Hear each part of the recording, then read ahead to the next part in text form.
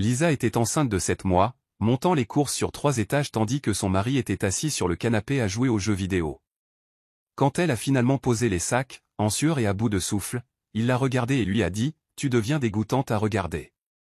Tu ferais mieux de perdre ce poids rapidement ou je trouverai quelqu'un qui prend réellement soin d'elle. » Ses amis ont ri.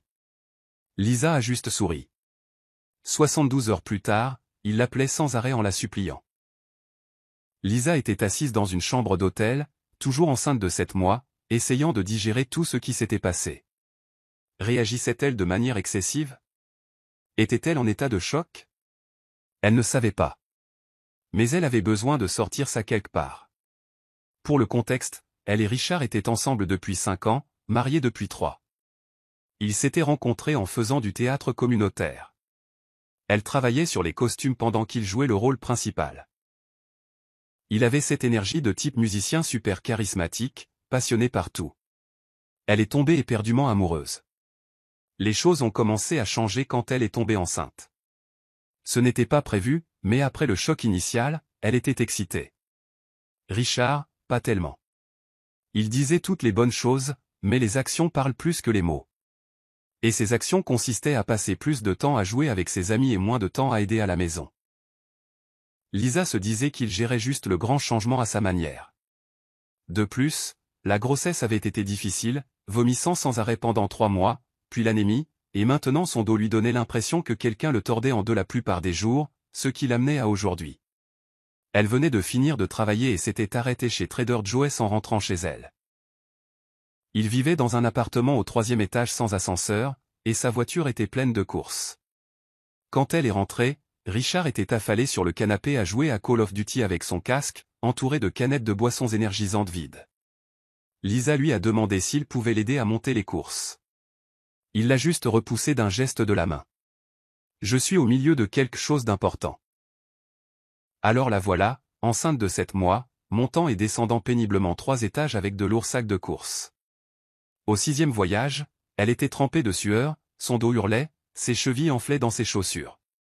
Quand elle a finalement posé les derniers sacs, elle s'est effondrée sur une chaise de cuisine, essayant de reprendre son souffle. C'est alors que Richard a levé les yeux du canapé et a dit « Je n'exagère même pas Jésus, tu deviens dégoûtante à regarder. Tu ferais mieux de perdre ce poids rapidement après le bébé, ou je trouverai quelqu'un qui prend réellement soin d'elle. » Lisa ne pouvait même pas assimiler ce qu'elle venait d'entendre. Puis elle a entendu des rires provenant de son casque. Ses amis joueurs l'avaient entendu. Ils voulaient qu'ils l'entendent, au lieu de pleurer ou de crier comme ils s'y attendaient probablement. Elle s'est approchée, a souri, lui a embrassé le front et lui a dit qu'elle avait besoin d'une douche. Le regard confus sur son visage aurait été drôle si elle n'était pas en train de mourir à l'intérieur. Sous la douche, l'eau noyant tout son, elle s'est enfin laissée pleurer. Mais ce n'était pas seulement des larmes de tristesse. C'étaient des larmes de colère. Des larmes de lucidité. Elle a soudain vu tous les signaux d'alarme qu'elle avait ignorés pendant 5 ans avec une parfaite clarté. Ce n'était pas un nouveau comportement. C'était juste l'exemple le plus flagrant à ce jour. C'était qui il était vraiment. Et elle était sur le point d'amener un enfant dans ce monde. Un enfant qui apprendrait que c'était à ça que ressemblaient les relations. Un enfant qui apprendrait soit à traiter les autres de cette façon, soit à accepter d'être traité de cette façon. Non. Juste non. Lisa est sortie de la douche, a enfilé sa robe de maternité la plus confortable et a dit à Richard qu'elle avait besoin d'air et de temps pour réfléchir.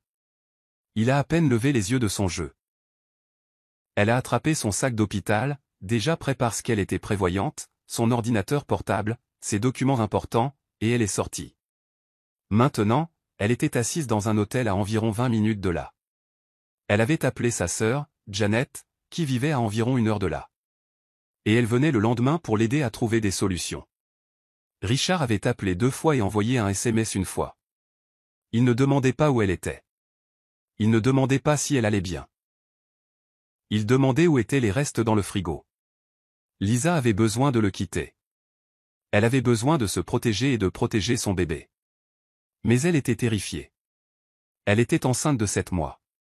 Leur bail était à leurs 2 noms. Leurs finances étaient quelque peu enchevêtrées. Bien qu'elle ait toujours gardé un compte séparé pour ses chèques de paie, Dieu merci.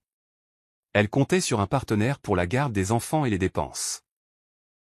Mais elle revenait sans cesse à ce moment dans la cuisine. La cruauté désinvolte.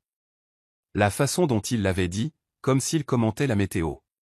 Le fait qu'il voulait que ses amis l'entendent. Elle aurait dû partir il y a des années. Elle méritait mieux. Son bébé méritait mieux. Lisa ne savait pas exactement quelles seraient ses prochaines étapes. Mais elle savait qu'elle ne retournerait pas dans cet appartement ce soir. Peut-être jamais. Modifié. Beaucoup de gens demandaient si c'était la première fois qu'il disait quelque chose comme ça. Non. Ce n'était pas le cas. Il y avait eu des blagues sur son corps changeant tout au long de la grossesse. Des commentaires sur le fait qu'elle était si sexy avant. Des questions sur son plan pour retrouver la forme. Mais ils étaient toujours formulés comme une préoccupation ou enveloppés d'assez d'humour pour qu'elle puisse se dire qu'il ne le pensait pas de cette façon. Aujourd'hui, le masque était tombé. Richard et Lisa avaient eu de nombreuses conversations sur la répartition des tâches. Surtout depuis qu'elle était enceinte. Ses promesses de faire mieux duraient environ 48 heures.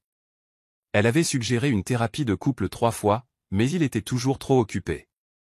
Aujourd'hui n'était pas une mauvaise journée isolée. C'était juste le jour où elle avait enfin vu clair. Il était 2 heures du matin et elle ne pouvait pas dormir. Richard avait finalement réalisé qu'elle ne rentrait pas et avait fait exploser son téléphone. D'abord avec confusion. « Où es-tu » Puis avec irritation. « Tu es dramatique. » Puis avec des tentatives de culpabilisation. « Je plaisantais juste. Tu sais comment sont les gars. » Le dernier SMS était une menace sur le fait qu'elle ferait mieux de ne pas dépenser leur argent dans un hôtel. Leur argent. Le même argent qui provenait à 90% de son salaire pendant qu'il investissait dans sa carrière musicale et son équipement de jeu. Elle avait décidé. Elle allait rencontrer un avocat avant de retourner dans cet appartement. Elle a mis ses notifications en sourdine et a essayé de se reposer pour le bien de son bébé. Sa sœur serait là le matin. Le bébé donnait des coups de pied comme un fou. Elle posa sa main sur son ventre et murmura « Je suis là pour toi. On va s'en sortir. » Et pour la première fois aujourd'hui, elle y croyait vraiment. Après cette nuit où Richard l'a traitée de dégoûtante pour avoir pris du poids pendant sa grossesse, sa sœur Janet est venue. Elles ont discuté de ses options. Elles ont décidé qu'elle devait retourner temporairement à l'appartement pendant qu'elle mettait de l'ordre dans ses affaires. Beaucoup de gens l'avaient prévenue de ne pas faire savoir à Richard qu'elle prévoyait de partir avant d'être prête. Et OMG, ils avaient tellement raison. Quand elle est rentrée chez elle, Richard a agi comme si de rien n'était. Quand elle a évoqué son commentaire, il a levé les yeux au ciel et a dit qu'elle était trop sensible. Que ce n'était qu'une blague. Puis il a essayé de retourner la situation contre elle, en disant « Tu as été si lunatique ces derniers temps. Je marche sur des œufs. » Il a même dit « Sais-tu à quel point cette grossesse a été difficile pour moi ?» Pour lui. Elle a failli craquer. Mais elle s'est souvenue de son plan.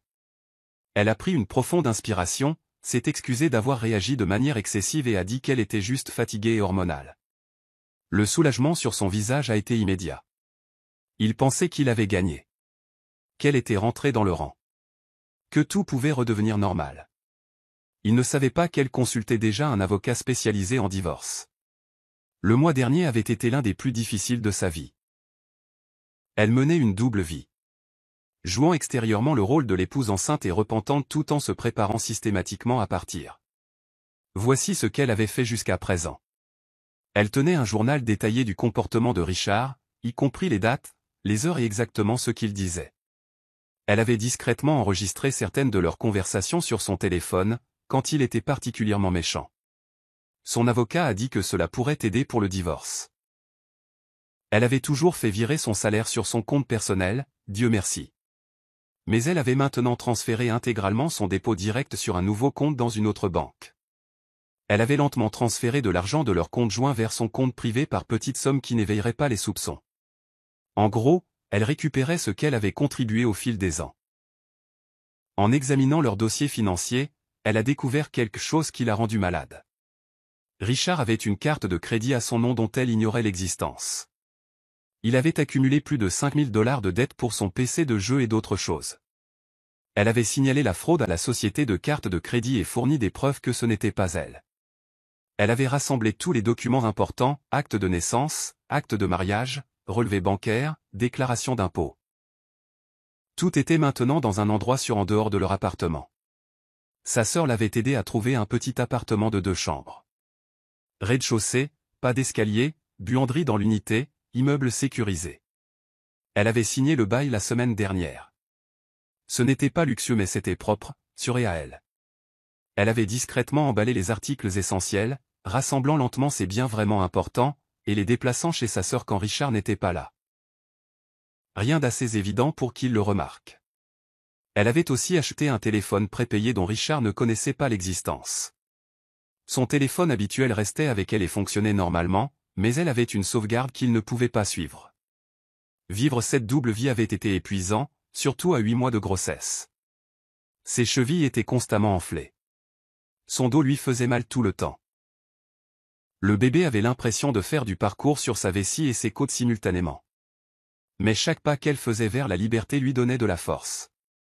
Le plus difficile avait été de faire semblant que tout était normal. Cuisiner ses repas, rire à ses blagues, l'écouter se plaindre de ses camarades de groupe, le regarder jouer aux jeux vidéo pendant des heures pendant qu'elle s'occupait de tout le reste. Même dormir à côté de lui donnait la chair de poule maintenant qu'elle avait arrêté de se mentir à elle-même sur qui il était vraiment. Et il avait empiré. Maintenant qu'il pensait qu'elle avait accepté son comportement, le masque était tombé encore plus bas. La semaine dernière, Richard a invité ses amis joueurs pour une soirée entre mecs sans prévenir Lisa jusqu'à ce qu'il soit déjà à la porte. Elle venait de rentrer du travail et était allongée parce que son dos la faisait souffrir. Il est entré dans la chambre et lui a dit qu'elle devrait se rendre utile et leur commander des pizzas. Quand elle a dit qu'elle avait mal, il a soupiré de façon dramatique et a dit « Être enceinte n'est pas un handicap. Les femmes le font depuis toujours. » Puis il a ajouté que sa mère avait travaillé jusqu'à la veille de sa naissance. C'était un mensonge. Lisa avait vérifié auprès de sa mère lors d'un appel téléphonique anodin et elle avait en fait eu des complications qui avaient nécessité un repos au lit pendant le dernier mois de sa grossesse. Les gars étaient là dans le salon, entendant tout. Elle en a surpris un qui avait l'air mal à l'aise, mais personne n'a rien dit. Lisa a fini par commander les pizzas depuis son lit et les a payées avec son propre argent. Quand elles sont arrivées, Richard lui a crié d'ouvrir la porte parce qu'ils étaient au milieu d'un match. Elle a dû se lever péniblement, passer devant eux tous en pyjama, payer le livreur et mettre des assiettes et des serviettes pendant qu'ils l'ignoraient. Après leur départ vers 2 heures du matin, laissant des canettes de bière vides et des boîtes de pizza partout, Richard est venu au lit et a essayé d'initier des relations sexuelles. Quand elle a dit qu'elle était épuisée, il a dit « Allez, ce n'est pas comme si tu devais faire quelque chose. Reste juste allongé comme d'habitude. » Lisa est allée aux toilettes et a pleuré en silence, se rappelant qu'elle n'avait plus qu'à endurer cela pendant un petit moment. Son plan était de déménager le week-end prochain lorsque Richard irait chez ses parents pour l'anniversaire de son père. Il serait parti pour la nuit, ce qui lui donnerait 24 heures complètes pour tout exécuter avec l'aide de sa sœur, de 2 amis proches et, étonnamment, du frère cadet de Richard, James. James avait été témoin d'une des crises de colère de Richard le mois dernier et l'avait secrètement contacté par la suite pour lui proposer son aide. Son avocat avait déjà préparé tous les papiers du divorce. Elle gèlerait leur compte joint, prendrait ce qui lui revenait de droit, laisserait les papiers avec une note détaillée expliquant exactement pourquoi elle partait, et serait partie avant son retour. Lisa n'allait pas mentir, elle était terrifiée. Elle se réveillait au milieu de la nuit, le cœur battant la chamade, se demandant si elle pouvait vraiment le faire. Mais alors elle sentait sa fille donner des coups de pied, et elle savait qu'elle devait le faire. Elle refusait d'élever son enfant dans un foyer où sa mère était quotidiennement méprisée. Elle refusait de la laisser penser que c'était ça, l'amour. D'une manière étrange, elle était reconnaissante pour ce horrible moment avec les courses. Sans que le masque de Richard ne tombe complètement, elle aurait pu continuer à trouver des excuses à son comportement pendant des années. Parfois, elle se demandait ce qui se serait passé si elle avait rencontré le vrai Richard dès le début au lieu du charmant type du théâtre qui l'avait séduite. Les signaux d'alarme avaient toujours été là. Elle n'avait juste pas voulu les voir, parce qu'elle était trop occupée à être amoureuse. Son médecin lui avait dit que sa tension artérielle était trop élevée, probablement à cause du stress, alors elle devait se ménager ce dernier mois. L'ironie ne lui avait pas échappé que prévoir de quitter Richard était stressant à court terme, mais absolument nécessaire pour sa santé et son bien-être à long terme. Pour ceux qui avaient suggéré une thérapie dans son dernier message, elle avait commencé à voir quelqu'un virtuellement, spécialisée dans les traumatismes relationnels et la grossesse. Cela avait été incroyablement utile d'avoir la validation qu'elle ne réagissait pas de manière excessive ou n'était pas hormonale. C'était de la vraie violence psychologique, et elle méritait mieux. Lisa parcourait son téléphone en attendant le médecin à son rendez-vous. Puis, juste au moment où elle allait ranger son téléphone, Richard lui envoya un texto « Qu'est-ce qu'on mange ce soir ?» Lisa regarda le message avec incrédulité. Elle était littéralement à un rendez-vous chez le médecin pour leur bébé. Un rendez-vous auquel Richard avait choisi de ne pas assister, car il avait une répétition de groupe très importante. Traduction, jamais dans le garage de son ami pendant des heures en buvant de la bière. Pourtant, d'une manière ou d'une autre, on s'attendait toujours à ce qu'elle prépare le dîner. Lisa avait choisi ses batailles pour éviter les soupçons, alors elle prendrait probablement des plats à emporter en rentrant chez elle. Encore quelques jours avant qu'il ne parte chez ses parents. Encore quelques jours à faire semblant. Elle pouvait le faire. Oh, et le médecin avait dit que leur petite fille se mesurait parfaitement et avait un rythme cardiaque soutenu. Non pas que Richard ait demandé. Elle faisait déjà de la gymnastique là-dedans. Lisa pensait qu'elle savait peut-être qu'elles étaient sur le point de commencer une vie meilleure. Hier, pendant que Richard jouait, quelle surprise, Lisa avait secrètement commandé le plus joli berceau pour son nouveau logement. Il devait être livré chez Janet la semaine prochaine. Elle n'avait jamais acheté quelque chose d'aussi cher sans trop y réfléchir. Mais ça lui avait fait tellement de bien de prendre une décision entièrement pour elle et sa fille. Ce matin, alors qu'elle se préparait pour le travail, elle s'est aperçue dans le miroir. Elle a réellement souri. Pas parce qu'elle avait l'air particulièrement bien. Soyons réalistes, elle était enceinte de 8 mois et épuisée. Mais parce qu'elle se reconnaissait à nouveau. Cette étincelle dans ses yeux qui avait disparu il y a des années commençait à revenir. Hier soir, elle avait répété ce qu'elle allait écrire dans sa note à Richard. Ça lui avait fait tellement de bien de mettre tous ses comportements en mots. Plus d'excuses. Plus de minimisation.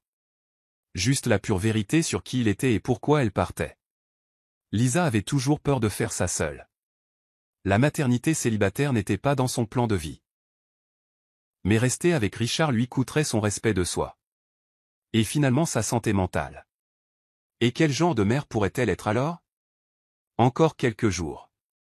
Juste 4 jours de plus de cette double vie. Puis la liberté. C'est fait. Lisa est partie. Elle est assise dans son nouvel appartement, entourée de cartons et d'un berceau partiellement assemblé. Malgré le chaos, elle ne s'est jamais sentie aussi en paix. Voici comment tout s'est déroulé. Comme prévu, Richard est parti hier matin pour le week-end d'anniversaire de son père chez ses parents. À environ 3 heures de route. Il était en fait de bonne humeur pour une fois. Probablement parce qu'il échappait au devoir de mari d'une femme enceinte pendant tout un week-end. Il a embrassé Lisa au revoir, lui a dit de ne rien faire de fou pendant son absence, et a dit qu'il serait de retour dimanche soir. Au moment où sa voiture s'est éloignée, l'opération Exode a commencé. Sa sœur, Janet, est arrivée avec son SUV 10 minutes plus tard. Suivie de son amie, Tracy, avec un petit camion de déménagement qu'elle avait emprunté au travail. Le frère cadet de Richard, James, est arrivé peu de temps après, l'air nerveux mais déterminé. Ils avaient exactement 32 heures pour la déménager complètement. Regarder l'appartement ce matin-là était surréaliste. Elle y avait vécu pendant 5 ans, perdant lentement des morceaux d'elle-même tout en prétendant que tout allait bien. Ils ont travaillé rapidement, suivant la liste d'inventaire qu'elle avait créée au cours des dernières semaines. À bord, ils ont emballé ses affaires personnelles et les vêtements dont Richard ne remarquerait pas immédiatement la disparition. Ensuite, les articles pour bébé qu'elle avait achetés elle-même. Après cela, les meubles qui étaient clairement les siens d'avant leur relation. James était incroyable, s'occupant de tout le levage lourd malgré ses protestations qu'il ne devrait pas l'aider à quitter son frère.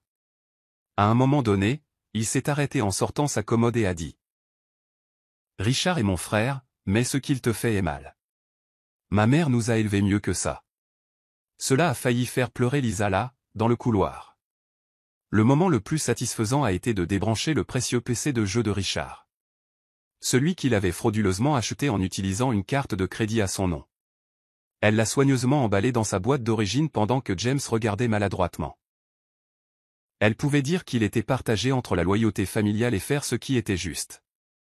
Elle lui a dit qu'il n'était pas obligé d'aider avec cette partie, mais il a juste secoué la tête et a porté la boîte jusqu'au camion, marmonnant quelque chose sur le fait que Richard allait enfin faire face aux conséquences. À 19h, la plupart de ses affaires étaient sorties. Ils ont commandé une pizza, cela semble être un thème dans sa vie ces derniers temps. Mais cette fois, c'était un repas de célébration avec des gens qui se souciaient réellement d'elle. Ils se sont assis par terre dans son nouvel appartement, mangeant directement dans la boîte, riant d'épuisement et de soulagement. Ce matin, ils sont retournés pour la phase finale. Lisa a nettoyé l'appartement à fond, pas pour Richard, mais parce qu'elle ne voulait pas lui donner autre chose à redire. Elle a emballé ses dernières affaires et préparé ce qu'elle laissait derrière elle. Sur le comptoir de la cuisine, elle a laissé les papiers du divorce, déposés mais pas encore signifiés, un dossier avec des preuves de sa fraude financière, des documents montrant que le PC de jeu avait été acheté avec une carte frauduleuse à son nom, une clé USB avec des enregistrements de ses violences verbales, et une note qui disait simplement « Trouve quelqu'un de mieux depuis ton canapé. » Moi, j'ai déjà trouvé. Elle n'a pas tout pris. Elle a laissé la plupart des meubles qu'ils avaient achetés ensemble, bien qu'elle ait pris des photos de tout au cas où il essaierait de prétendre qu'elle avait pris des choses qu'elle n'avait pas prises. Elle n'était pas intéressée par la mesquinerie. Elle voulait juste partir avec ce qui lui revenait de droit. Le plus difficile a été de tout faire fonctionner à 8 mois et demi de grossesse. Son dos hurlait à la fin de la première journée, et ce matin, elle s'est réveillée avec les mains tellement enflées qu'elle pouvait à peine saisir quoi que ce soit. Mais l'adrénaline est une chose puissante. Savoir qu'elle se libérait enfin la fait tenir quand elle voulait s'effondrer. Elle a appelé le portable de Richard une fois qu'elle était en sécurité dans son nouveau logement. Pas de réponse, comme prévu. Elle lui a laissé un message vocal lui disant de ne pas prendre la peine de venir chez sa sœur pour la chercher. Elle n'était pas là. Elle lui a dit qu'il trouverait tout ce qu'il avait besoin de savoir sur le comptoir de la cuisine. Puis elle a envoyé un SMS avec les mêmes informations, a bloqué son numéro et a envoyé un email à ses parents, leur faisant savoir qu'elle et Richard se séparaient et pourquoi. Pour qu'ils ne puissent pas raconter une histoire la faisant passer pour la méchante. En moins d'une heure, son téléphone a explosé d'appels de numéros qu'elle ne reconnaissait pas clairement. Richard utilisait les téléphones de ses amis pour essayer de la joindre. Elle n'a pas répondu. Finalement, sa mère a appelé Janet. Elles avaient toujours été proches. Janet a simplement confirmé que Lisa était en sécurité et que Richard l'avait terriblement traitée tout au long de la grossesse. Sa mère s'est en fait effondrée en larmes et s'est excusée pour le comportement de son fils. Ce n'était pas attendu, mais c'était étrangement guérissant. Selon James, qui la tient au courant, Richard est rentré plus tôt après avoir reçu son message. Il est apparemment devenu fou furieux quand il a trouvé l'appartement vide et les papiers du divorce. Il a appelé tout le monde qu'il connaissait pour essayer de la trouver, alternant entre la rage, la confusion et affirmant soudainement qu'il voulait arranger les choses. Plusieurs amis de Richard ont en fait contacté Lisa pour lui exprimer leur soutien. Il s'avère qu'ils ne riaient pas tous de sa cruauté. Beaucoup avaient été mal à l'aise mais n'avaient rien dit. L'un d'eux a même avoué qu'ils avaient eu une discussion entre mecs avec lui sur son comportement envers Lisa il y a des mois, mais il les avait rejetés comme étant soumis à leur femme. Un autre a dit qu'il avait arrêté de les inviter à des événements de couple parce qu'il ne supportait pas de voir comment Richard la traitait. Lisa aurait aimé qu'ils lui disent quelque chose directement, mais elle comprend pourquoi ils ne l'ont pas fait. C'est toujours réconfortant de savoir que tout le monde ne trouvait pas son comportement acceptable. Quant à Lisa, elle est épuisée mais soulagée. Le nouvel appartement de Lisa était petit mais lumineux, avec un parc à proximité et un petit balcon où elle avait déjà installé une chaise pour son café du matin. L'hôpital où elle travaillait n'était qu'à 10 minutes en voiture. Elle avait changé ses adresses e-mail, créé de nouveaux comptes sur les réseaux sociaux et mis en place une redirection de courrier. Son lieu de travail était au courant de sa situation et l'avait incroyablement soutenue. Le bébé devait naître dans un peu plus de 3 semaines, bien qu'elle soupçonnât qu'il pourrait arriver un peu plus tôt d'après son dernier rendez-vous. Elle se sentait à la fois terrifiée et excitée de le rencontrer. Elle n'avait jamais imaginé qu'elle ferait cela seule, mais elle préférait être une mère célibataire plutôt que d'élever sa fille dans un foyer toxique. Lisa savait que le plus dur n'était pas terminé. Le divorce allait probablement devenir moche. Richard n'était pas du genre à accepter la défaite avec grâce, et elle était prête à ce qu'il se batte contre elle surtout par dépit. Mais son avocat était confiant, surtout avec toute la documentation que Lisa avait rassemblée. Quant aux droits parentaux de Richard, oui, il les aurait légalement à moins qu'il ne choisisse d'y renoncer, ce dont Lisa doutait. Son avocat l'aidait à se préparer à la coparentalité avec des limites claires. Elle était réaliste. Il serait probablement au mieux un père incohérent, mais elle était prête à assurer la stabilité de son côté. Elle continuait également sa thérapie pour tout digérer. Elle refusait de transmettre ce traumatisme à la vie de sa fille ou à toute relation future. À tous ceux qui l'avaient soutenue lors de ses publications précédentes, Lisa était profondément reconnaissante. Leurs encouragements et leurs conseils l'avaient aidée à trouver le courage de partir alors qu'elle hésitait. Elle avait toujours peur de l'avenir, mais pour la première fois depuis des années, elle se sentait aussi pleine d'espoir.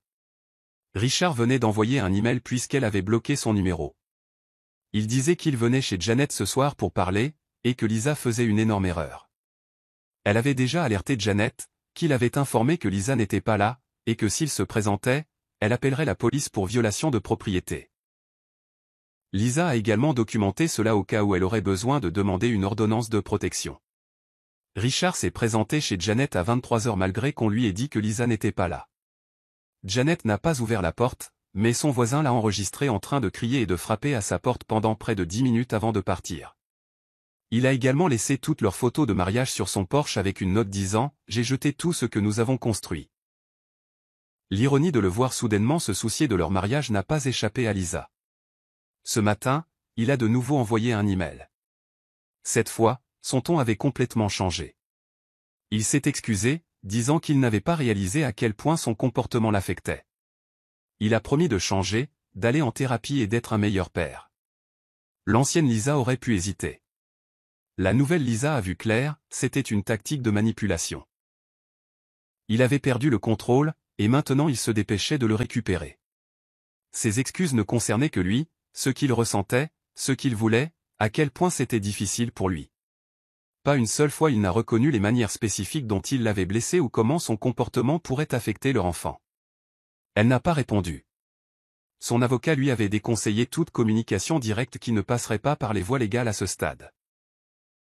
Lisa a passé le reste de la journée à installer la chambre de bébé avec Janet et à essayer de se reposer autant que possible. Le bébé était particulièrement actif, comme s'il savait qu'ils étaient enfin en sécurité quelque part. TikTok n'arrêtait pas de lui montrer des vidéos intitulées « Signe qu'il est réellement amoureux de vous », et tout ce qu'elle pouvait faire, c'était rire. Elle avait passé 5 ans à confondre contrôle et attention, et commodité et amour. Plus jamais. Dernière mise à jour. Cela faisait environ 10 mois depuis le premier message de Lisa, et tant de choses avaient changé qu'elle voulait donner à tout le monde une dernière mise à jour. D'abord et avant tout, sa fille Sophia avait maintenant 6 mois. En bonne santé, heureuse et absolument la lumière de la vie de Lisa. Elle avait les yeux de Lisa, le nez de Richard, malheureusement, et une personnalité qui lui était entièrement propre.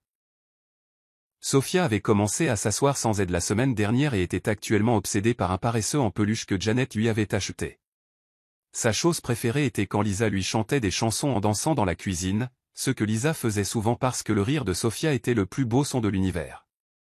L'accouchement avait été intense. Lisa avait accouché 3 semaines plus tôt, seulement 5 jours après avoir emménagé dans son nouvel appartement.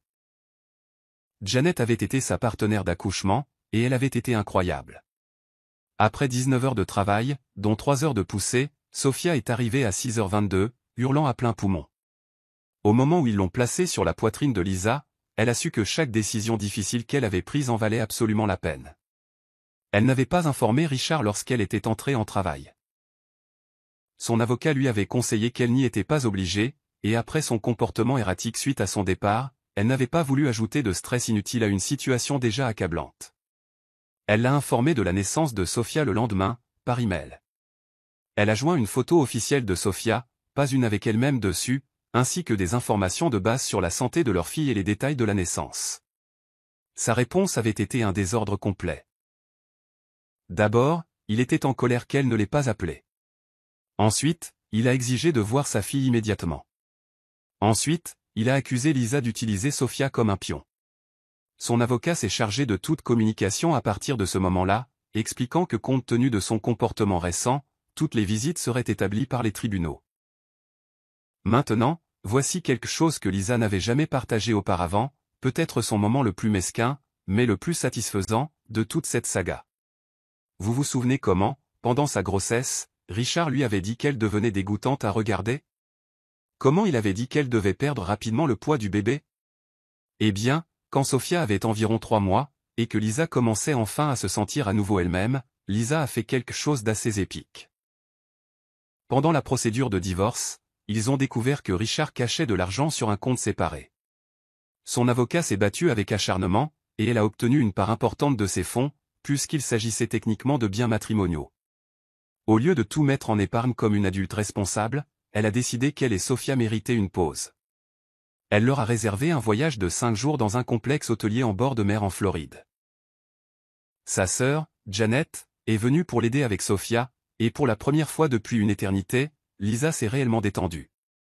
Le 3e jour, elle était assise au bord de la piscine pendant que Sophia faisait la sieste dans sa poussette sous un parasol.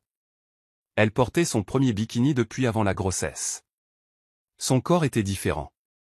Des vergetures, une cicatrice de césarienne, plus molle par endroits. Mais elle était fière de ce qu'il avait accompli. Lisa a demandé à Janet de prendre une photo d'elle en maillot de bain, regardant l'océan. Elle avait l'air heureuse, confiante, et oui, déjà un peu plus mince qu'elle ne l'avait été pendant sa grossesse. Évidemment. Elle a envoyé cette photo directement à Richard avec une seule légende, « Je mincis déjà. » Ne t'inquiète pas, puis, elle l'a de nouveau bloqué avant qu'il ne puisse répondre. Satisfaisant. Personne ne pouvait comprendre ce moment où elle reprenait possession de son corps, de sa confiance, et oui, d'une partie de son argent caché. C'était comme la dernière pièce pour se libérer de son contrôle. Lisa n'a jamais su quelle avait été sa réaction, mais selon James, Richard était furieux quand il l'a reçue. La procédure de divorce a continué d'être exactement aussi difficile qu'elle s'y attendait. Richard a contesté tout ce qui était possible, exigeant initialement la garde exclusive malgré n'avoir manifesté aucun intérêt pour les préparatifs du bébé pendant sa grossesse. Ensuite, il voulait tout le contenu de leur appartement, malgré avoir laissé les meubles derrière lui lorsqu'elle a déménagé. Il a même essayé de réclamer sa voiture, qu'elle possédait avant même de se rencontrer. Son ton a radicalement changé lorsque son avocat a présenté des preuves de sa fraude financière et de ses violences verbales. Soudain, il était prêt à négocier. Ils ont finalement trouvé un accord il y a 3 mois. Lisa avait la garde physique principale de Sophia. Richard avait des visites supervisées pendant 4 heures un week-end sur 2. La pension alimentaire pour enfants était fixée en fonction de son revenu réel, qu'ils ont découvert être plus élevé qu'il ne l'avait déclaré. Il a gardé ses affaires, elle a gardé les siennes, et ils ont partagé les biens communs minimes. Il était responsable de la dette frauduleuse de la carte de crédit. Était-ce un résultat parfait? Non, mais c'en était un avec lequel elle pouvait vivre, et il assurait la stabilité de Sophia. Richard avait vu Sophia exactement 2 fois depuis sa naissance. La première visite a eu lieu lorsqu'elle avait 8 semaines. Il est arrivé avec 40 minutes de retard et a passé la plupart du temps à se plaindre de l'exigence de visite supervisée. Il a également pris des photos à publier sur Instagram avec des légendes sur le fait d'être un père dévoué. La deuxième visite a eu lieu lorsqu'elle avait 4 mois. Il semblait mal à l'aise avec son agitation et est parti plus tôt. Il avait annulé les 3 dernières visites prévues avec des excuses de plus en plus minces. Une partie de Lisa était blessée, pour le bien de Sophia, mais surtout elle était soulagée. Chaque interaction avec lui était émotionnellement épuisante, et son incohérence ne ferait que perturber Sophia en grandissant. Elle avait documenté chaque visite annulée sur les conseils de son avocat. Physiquement, son corps s'était remis de l'accouchement, bien qu'il soit différent d'avant. Elle avait des vergetures, une cicatrice de césarienne, et elle pesait environ 7 kilos de plus que son poids d'avant la grossesse. Et vous savez quoi? Elle était complètement en paix avec ça. Financièrement, elle était stable. Pas riche du tout, mais la pension alimentaire pour enfants l'aidait, et elle était devenue bien meilleure en matière de budget maintenant qu'elle ne subventionnait plus la carrière musicale de Richard. Elle avait même commencé un petit compte d'épargne pour l'avenir de Sophia.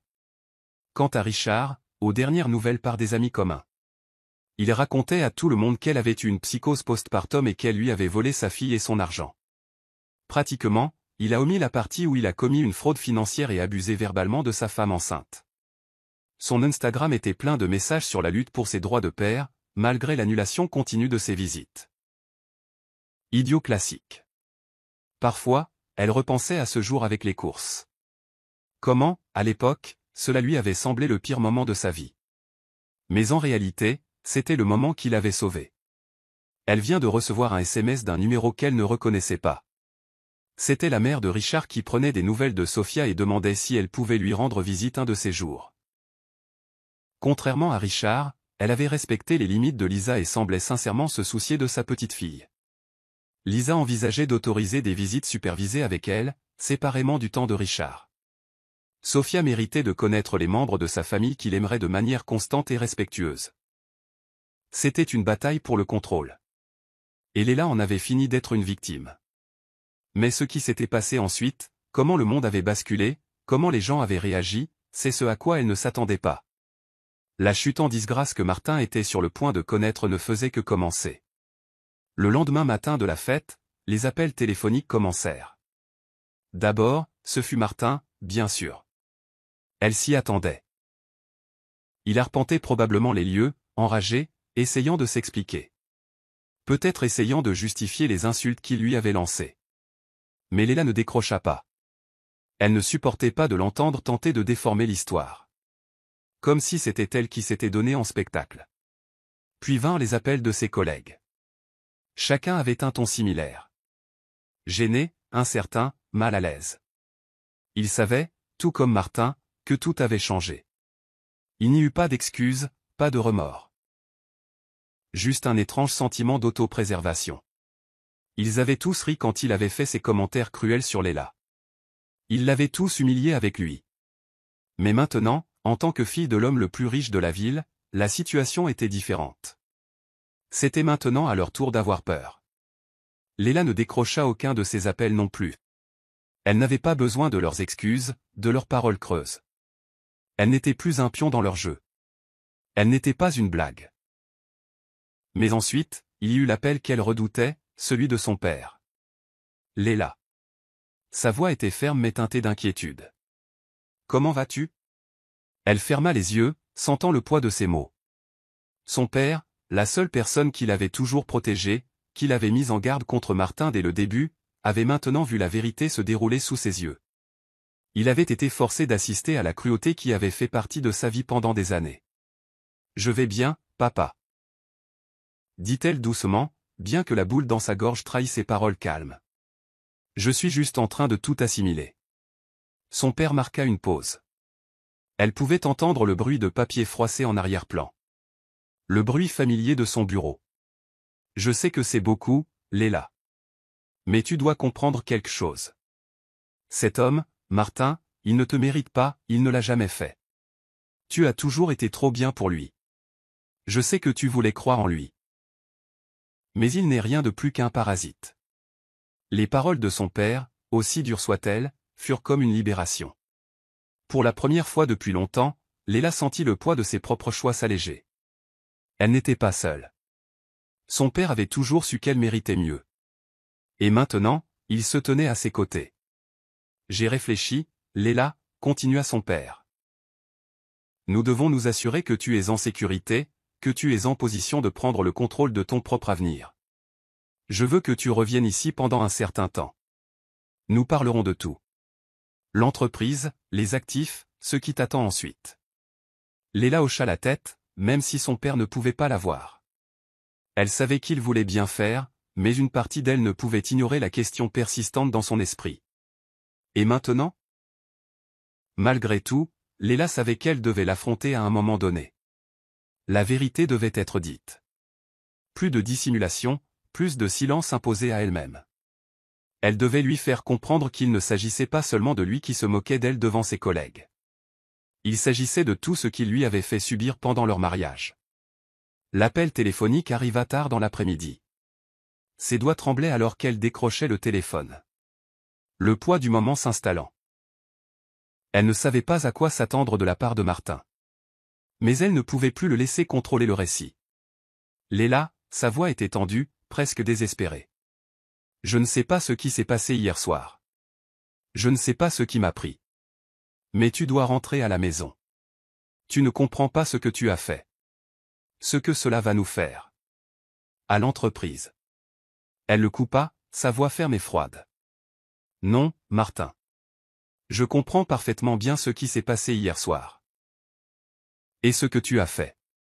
Tu m'as humilié devant tes amis. Devant tous ceux qui comptaient pour toi. J'étais ta femme, Martin, et je ne méritais pas ça. Il y eut un long silence à l'autre bout du fil. Léla pouvait l'entendre respirer, mais il ne parlait pas. Elle insista.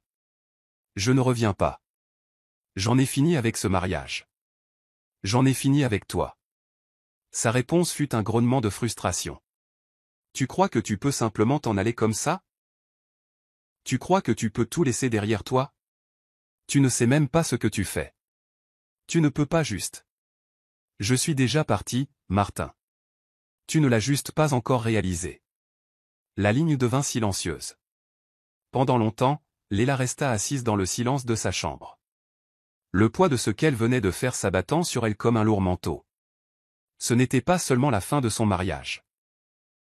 C'était la fin de tout ce qu'elle s'était permis de croire sur l'amour, sur le sacrifice, sur ce qu'elle méritait. Mais alors qu'elle regardait par la fenêtre, son regard fixé sur la ligne d'horizon de la ville au loin, Léla sut une chose avec certitude. Ce n'était que le commencement. Les jours passèrent, et les tentatives de Martin pour la contacter devinrent plus frénétiques. Il envoya des messages, laissa des messages vocaux, mais Léla les ignora tous. Son père avait déjà clairement indiqué que Martin ne devait pas mettre les pieds près du domaine. Et même si elle était entourée des mesures de protection de son père, il y avait toujours un sentiment troublant au fond d'elle. Sa vie telle qu'elle l'avait connue avait disparu. Le monde qu'elle avait construit avec Martin, le faux sentiment de sécurité, s'était effondré en une soirée.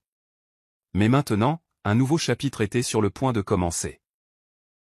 Léla n'était plus l'épouse silencieuse et humiliée. Elle était la fille de l'homme d'affaires le plus puissant de la ville. Elle était quelqu'un avec qui il fallait compter. Et Martin apprendrait bientôt exactement combien de pouvoir elle détenait. Des semaines s'étaient écoulées depuis cette nuit fatidique à la fête, et les tentatives de Martin pour reprendre le contrôle de sa vie et de Léla n'étaient devenues que plus désespérées. Son monde, autrefois rempli d'admiration et de respect, n'était plus qu'un miroir brisé. Chaque morceau reflétant son regret et son humiliation grandissant. Le pouvoir de la révélation de Léla, la vérité de son héritage, avait arraché tout ce qu'il avait autrefois cru être à sa portée. Martin savait qu'il la perdait. Mais que pouvait-il faire maintenant? Elle s'était tue. Elle n'était plus la femme qu'il pouvait bousculer ou moquer. Elle s'était retirée au domaine de son père. Une forteresse de richesse et d'influence où Martin n'était plus le bienvenu. Chaque appel qui lui passait restait sans réponse. Chaque message ignoré. Il avait brûlé tous les ponts. Et maintenant, il ne restait plus rien à quoi s'accrocher. Ce n'était pas seulement l'humiliation qui le piquait. C'était la prise de conscience qu'il avait détruit la seule bonne chose dans sa vie. La femme qui avait été l'épouse discrète et dévouée. Celle qu'il avait soutenue dans sa médiocrité avait disparu. Et à sa place, une femme qui connaissait sa valeur. Qui savait exactement ce qu'il lui avait fait, s'était levée. Pourtant, il ne pouvait pas s'en empêcher. Il ne pouvait pas admettre sa défaite. Martin continuait de se rendre au manoir de son père tous les jours, mais n'y était jamais autorisé à entrer. Il s'était dit qu'une seule visite suffirait à s'expliquer, à s'excuser, à lui faire voir à quel point il était désolé. Mais chaque visite ne faisait qu'approfondir sa frustration. De retour au domaine, Léla s'adaptait lentement à sa nouvelle vie. Les premiers jours avaient été remplis de réflexions silencieuses. Mais maintenant, elle commençait à prendre des décisions. Son père avait déjà clairement indiqué qu'elle était aux commandes maintenant. De l'entreprise, de l'avenir. Elle n'était pas seulement une femme qui avait été humiliée. Elle était une force avec laquelle il fallait compter. Mais même en embrassant sa nouvelle identité, une partie d'elle ne pouvait toujours pas se défaire du poids de ce que Martin lui avait fait. Il ne s'agissait pas seulement de ses insultes. Il s'agissait des années de manipulation, de la cruauté silencieuse qui s'était accumulée jusqu'à ce qu'il soit impossible de l'ignorer. Son téléphone sonna, et l'identifiant de l'appelant indiquait Martin. Elle fixa l'écran un instant, le nom un rappel importun de sa vie passée. Elle laissa le téléphone sonner, sans même prendre la peine de décrocher. Il avait fait de son pire, et elle l'avait enduré. Mais plus maintenant. Ses pensées revinrent à son père. Il lui avait tout donné, sa richesse, son pouvoir, sa protection. Mais plus important encore, il avait toujours été son défenseur. dès l'instant où elle lui avait parlé de Martin, il avait été ferme dans sa conviction qu'elle méritait mieux. Il lui avait offert un avenir, une chance de prendre le contrôle de son propre destin. Mais cela ne signifiait pas qu'elle était prête à détruire Martin. Un soir, alors qu'elle était assise dans le bureau de son père, contemplant le vaste domaine, son père entra. Il avait gardé un œil attentif sur tout, ses instincts protecteurs jamais loin de la surface. « Tu ne réponds pas à ses appels », remarqua-t-il, son ton égal, mais il y avait une trace d'inquiétude dans sa voix. « Je sais, papa. » répondit Léla, sa voix ferme mais froide. « Il n'aura pas d'autre chance. Pas de ma part. » Son père hocha la tête, comprenant la finalité dans sa voix. « Il ne te mérite pas, Léla.